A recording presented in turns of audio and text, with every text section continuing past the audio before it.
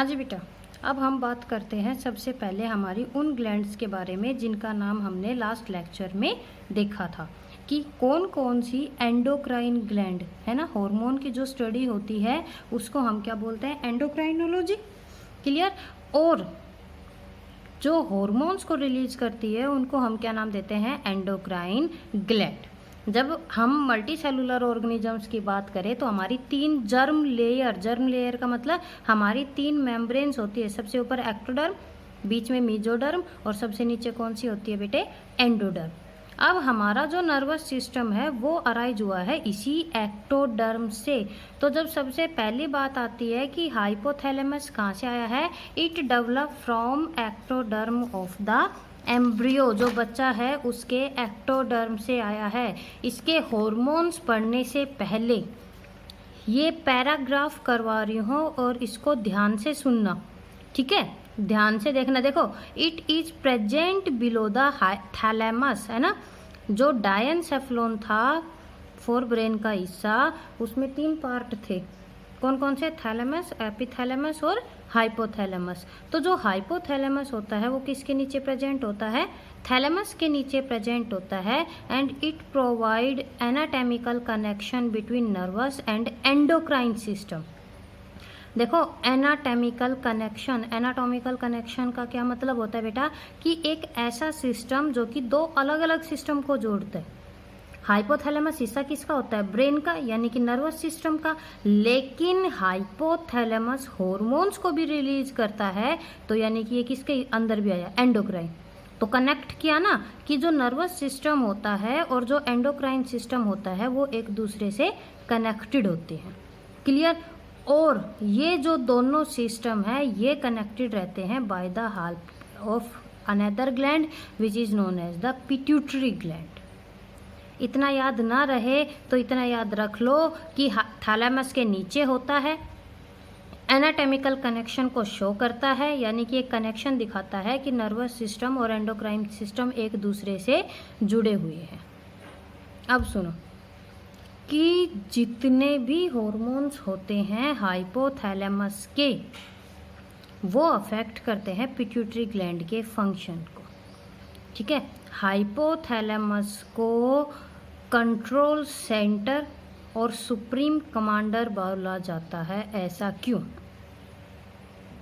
आप जिस स्कूल में पढ़ रहे हो, यदुवंशी में पढ़ रहे हो, आपको सबसे पहले कमांड कौन देता है, आपके टीचर्स, है ना। मान लो कोई भी चीज़ होती है, फॉर एग्जाम्पल मैंने लिखा यहाँ पर कि आप जितने भी स्टूडेंट्स हो, ठीक है, स्टूडेंट्स को जो डायरेक्ट कमांड मिलती है बेटा वो कहाँ से मिलती है, अपने टीचर्स के थ्रू। और अगर टीचर्स की हम बात करें, यानी कि अगर हम हमारी ही बात करें, तो हमें कमांड कौन देते हैं, फॉर एग्जांपल जो भी स्कूल मैनेजमेंट होता है, प्रिंसिपल सर वगैरह या डीन सर, मतलब कोई भी, ठीक है, डायरेक्टर है कोई भी, कि हाँ ये चीज़ करनी है या फिर ये चीज़ नहीं करनी। लेकिन इन सब को कंट्रोल करने वाले सबसे ऊपर कौन है, chairman, that means the owner of the school. क्या हम अपनी मर्जी से छुट्टियां करते हैं, नहीं। क्या मर्जी से टाइम बढ़ाते हैं, नहीं। एक ऐसी जगह होती है जहाँ से कि सारी एक्टिविटीज़ होती है, वहाँ से कमांड मिलती है, देन वो उसको क्या करता है, कमांड करता है। तो अब एग्जाम्पल लो, ये है हमारे ऑर्गन्स, ठीक है। बच्चे क्या होते हैं, हमारे ही पार्ट हो आप लोग, आप हो ऑर्गन्स जो कि अलग अलग फंक्शन कर रहे हो। और इन ऑर्गन, इन फंक्शंस को डायरेक्टली कंट्रोल कौन कर रहा है, ये, है ना।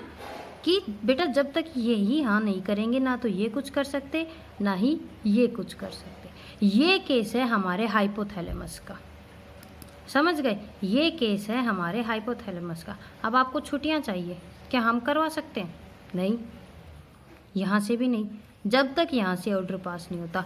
तो बेटा यही हमारे इस हाइपोथैलेमस का फंक्शन होता है, it is known as supreme commander. Supreme commander का मतलब है बॉडी में जैसे ही ग्लूकोज आया, पैनक्रियाज अपनी मर्जी से हार्मोन नहीं रिलीज कर देता कि इंसुलिन भाई जा और उस ग्लूकोज को ग्लाइकोजन में स्टोर कर नहीं बेटा, हाइपोथैलेमस के बारे में याद रखना, ये 2 फैक्टर को रिलीज करता है। क्या बोला मैंने? 2 फैक्टर को रिलीज करता है, रिलीजिंग हार्मोन या इनहिबिटरी हार्मोन। भाई मान लो ग्लूकोज ज़्यादा हो गया तो अब इसको ये क्या करेगा, उन रिलीज फैक्टर को भेजेगा जो कि पैनक्रियाज को जाके स्टिमुलेट करेंगे ताकि पैनक्रियाज क्या करे, इंसुलिन को रिलीज करे। ठीक है, कम हो गया तो ग्लूकागोन। हाइपोथैलेमस यानी कि कब बॉडी के अंदर किस हार्मोन की ज़रूरत है, कब उसको रिलीज करवाना है और कब उसकी सीक्रेशन को कम करना है बॉडी में। समझे? कब किस हार्मोन को रिलीज करना है, कितनी अमाउंट में करना है और कब उस चीज़ को रोक देना है, ये सारा का सारा कंट्रोल होता है हाइपोथैलेमस का। It act as a chairman of the Yaduvanshis और द एनी अदर स्कूल। ठीक है, जो मेन ओनर होते हैं उनकी तरह काम करते हैं, इसलिए हमने इनको क्या नाम दिया, सुप्रीम कमांडर। क्लियर? तो देखो जब हम हाइपोथैलेमस की बात करते हैं, ये लगभग 9 अलग अलग हार्मोन को क्या करता है, रिलीज करता है। और इसके जितने भी हार्मोन्स होते हैं हम उनको बोलते हैं न्यूरो हार्मोन। ठीक है, या रिलीजिंग फैक्टर। ये याद नहीं करने, लेकिन आपको पता होना चाहिए। क्यों? क्योंकि ये सारे के सारे हार्मोन्स आगे आएंगे, ये तो सिर्फ रिलीज फैक्टर है बेटा, लेकिन हमें पता तो होना चाहिए ना कि जो ग्लैंड है वो कौन सा हार्मोन को किसकी वजह से रिलीज कर रही है। देखो ध्यान से सुनना, एड्रिनोकोर्टिकोट्रोफिक रिलीजिंग हार्मोन, एड्रीनो। ठीक है, अगर हम पिट्यूटरी ग्लैंड की बात करें, ठीक है, अगर पिट्यूटरी ग्लैंड की बात करेंगे अब आगे, तो पिट्यूटरी का 3 हिस्से होते हैं। उसके सबसे पहले हिस्से को बोलते हैं एडिनोहाइपोफाइसिस। क्या नाम देते हैं बेटा? एडिनोहाइपोफाइसिस। तो देखो कुछ क्लियर हुआ? एड्रीनोकोर्टिकोट्रोफिक यानी कि जो ये रिलीज हार्मोन्स है, जब इनको लगेगा कि हाँ पिट्यूटरी को अपने हार्मोन रिलीज करने चाहिए, ये उसके एंटीरियर हिस्से को क्या करेगी, स्टिमुलेट करेगी हार्मोन रिलीज करने के लिए। Thyrotropin releasing hormone, thyroid gland सब जानते हैं ना, आयोडीन की डेफिशिएंसी हुई गोइटर हो जाता है, अपनी मर्जी से हार्मोन रिलीज नहीं करती बेटा। सबसे पहले हाइपोथैलेमस उसके लिए रिलीज फैक्टर भेजेगा कि अपने हार्मोन को रिलीज करो। ग्रोथ हार्मोन रिलीजिंग हार्मोन, जिसकी वजह से हमारी ग्रोथ होती है। एक बच्चा बड़े में कन्वर्ट होता है, वो अपने आप रिलीज नहीं होता, ये करवाता है। लेकिन ग्रोथ हार्मोन ज़्यादा भी नहीं होना चाहिए, उसको इनहिबिट करने का काम भी ये करता है। गोनेडोट्रोपिन हमारे जो सेक्स हार्मोन्स होते हैं जिसकी वजह से रिलीज होते हैं, वो होता है हाइपोथैलेमस।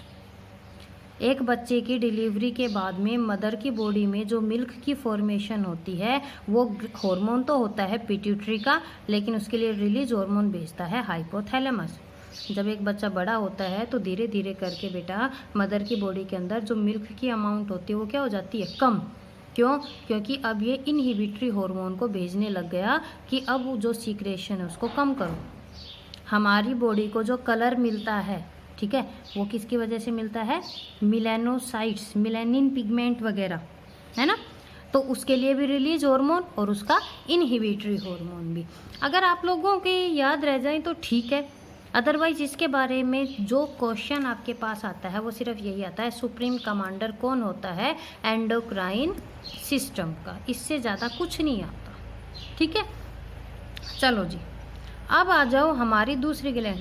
आपको ये जो सीरियल नंबर है ये अलग अलग दिख रहा होगा, क्योंकि जिस बुक में से मैं करवा रही हूँ उसमें क्या कर रखा है, सबसे पहले तो सबसे बड़ी ग्लैंड, फिर उससे छोटी, फिर उससे छोटी। लेकिन मैं आपको करवा रही हूँ आपके सिलेबस के अकॉर्डिंग, या आपको जिस अकॉर्डिंग मैंने पढ़ाया था कि पहले हम ब्रेन वाली जितनी भी ग्लैंड्स हैं उनके बारे में करेंगे, फिर 1 बाय 1 करेंगे। ठीक है, तो हमारा सीक्वेंस थोड़ा सा अलग है। इस बुक के अकॉर्डिंग यहाँ पर जो ग्लैंड है वो 5th नंबर पे है, लेकिन आपके अकॉर्डिंग मैं जो करवा रही हूँ पिट्यूटरी को, वो कौन से नंबर पे करवा रही हूँ, 2nd नंबर पे।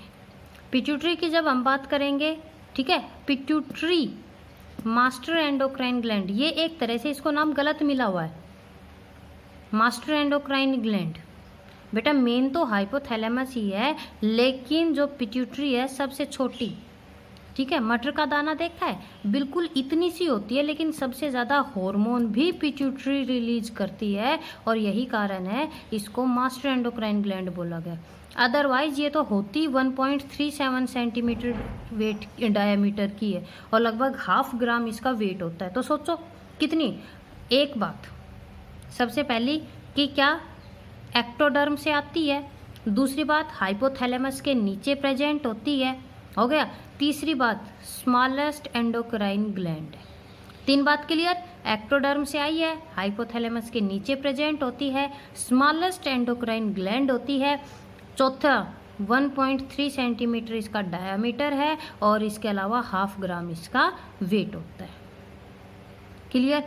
अब जो पिट्यूटरी है हमारे ब्रेन के साथ, फॉर एग्जाम्पल ये हमारा ब्रेन है और ये पिट्यूटरी है, ब्रेन और पिट्यूटरी एक स्टॉक के साथ जुड़े रहते हैं, और इस स्टॉक को हम नाम देते हैं इनफंडिब्यूलम। ठीक है, क्या नाम देते हैं बेटा? इनफंडिब्यूलम के नाम से जानते हैं। अब जब हम बात करेंगे तो जो पिट्यूटरी ग्लैंड होती है, वैसे तो इसको 2 ही पार्ट में डिवाइड कर रखा है, लेकिन एक्चुअल में पिट्यूटरी ग्लैंड के 3 लोब, लोब का मतलब समझ गए ना, कि मान लो ये पिट्यूटरी है, इसके 3 लोब है, 1, 2 और 3, यानी कि 3 हिस्से हैं। लोब का मतलब हिस्से। एंटीरियर लोब, क्लियर, ये नाम अच्छे से याद रखना बेटा कि एंटीरियर लोब ऑफ पिट्यूटरी को एडिनोहाइपोफाइसिस के नाम से भी जानते हैं। क्या बोलते हैं?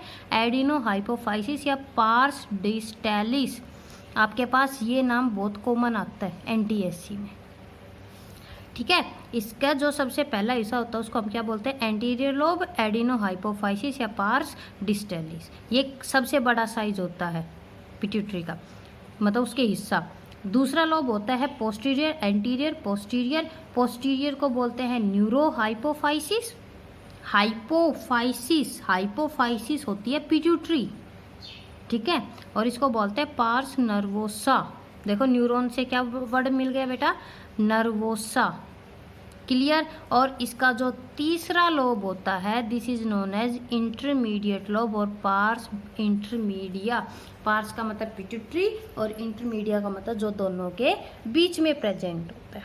तो क्लियर हुआ बेटा कि हमारी जो पिट्यूटरी ग्लैंड जो सबसे छोटी होती है, लेकिन सबसे ज़्यादा हार्मोन रिलीज करने की वजह से हम इसको क्या नाम देते हैं? मास्टर एंडोक्राइन ग्लैंड के नाम से जानते हैं। इसके 3 लोब होते हैं, एंटीरियर लोब, पोस्टीरियर लोब और मिडल लोब। एंटीरियर लोब जिसको कि एडिनोहाइपोफाइसिस या पार्स डिस्टैलिस के नाम से जानते हैं, पोस्टीरियर लोब जिसको कि न्यूरोहाइपोफाइसिस या पार्स नर्वोसा के नाम से जानते हैं, और इंटरमीडिएट लोब जिसको कि पार्स इंटरमीडिया के नाम से भी जानते हैं। क्लियर। अब इसके जो एंटीरियर लोब जिसको कि एडिनोहाइपोफाइसिस बोलते हैं, वो पिट्यूटरी का टोटल 75% बनाता है, यानी कि सबसे बड़ा हिस्सा कौन सा इसका? एंटीरियर लोब होता है। अब सुनो आगे, न्यूरोहाइपोफाइसिस यानी कि पोस्टीरियर की बात करने के लग रहा है ना, तो अब हम इसी टॉपिक को कंटिन्यू रखेंगे हमारे नेक्स्ट लेक्चर से। तो इतना समझ में आया कि इसके जो ये 3 लोब होते हैं उनका दूसरा क्या नाम होता है। ओके।